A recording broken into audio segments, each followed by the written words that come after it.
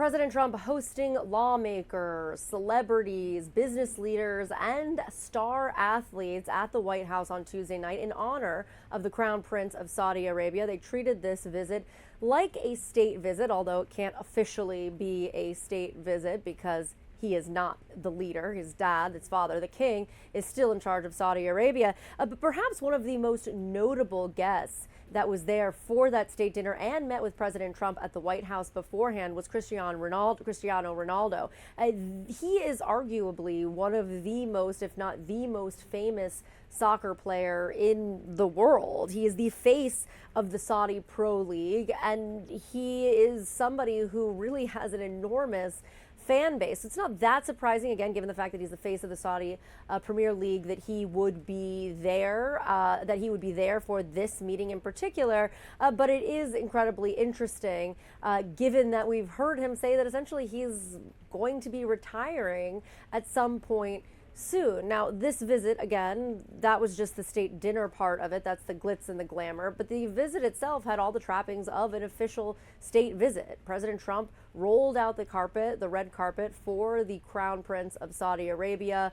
He had horses greeting him. He had the Marine band playing, and he lavished praise on the Crown Prince during their sit down. In fact, so much so that he got defensive when he was asked a question by a reporter about the fact that intelligence agencies in the U.S. had found that the Crown Prince had likely directed Saudi agents to kill Jamal Khashoggi, the Washington Post reporter, in 2018. President Trump then stepping in at that point, essentially defending the Crown Prince, saying he was a great guy, that they were good friends, he didn't know anything about it, and at one point even almost seemingly blaming Khashoggi by saying he was a controversial figure. And then he said, things happen, again, in relation to this murder that took place in 2018. So that was a really stunning moment here, but it obviously very important for President Trump to maintain a relationship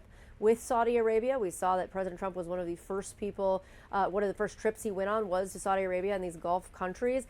But again, this was a stunning moment in this big, lavish celebration for the Crown Prince of Saudi Arabia. ICE out of Raleigh now! ICE out of Raleigh now! Thousands are demanding an end to the surge in ICE arrests in North Carolina. They're just sweeping sidewalks. They're sweeping parking lots. They're going into stores and churches. This is not about public safety, and I wish that it were. Among the demonstrators Down with deportation! are those who marched and rallied in downtown Raleigh last night. Randy, they're in our yard. That follows this week's raids in Charlotte. Good morning. And a student walkout there. We applaud our federal law enforcement efforts in Charlotte. While some support the surge, others say it's affecting some lawful residents. They're stopping people on the street randomly based on the color of their skin. Business today is very slow. Literally 90% of my employees called off. So that's a big hurt for us. Now New Orleans could be next. A source says Gregory Bavino might go there in early December. He's the Border Patrol officer leading the crackdown. Meanwhile, near Minneapolis yesterday, video shows tense moments after protesters crossed police tape.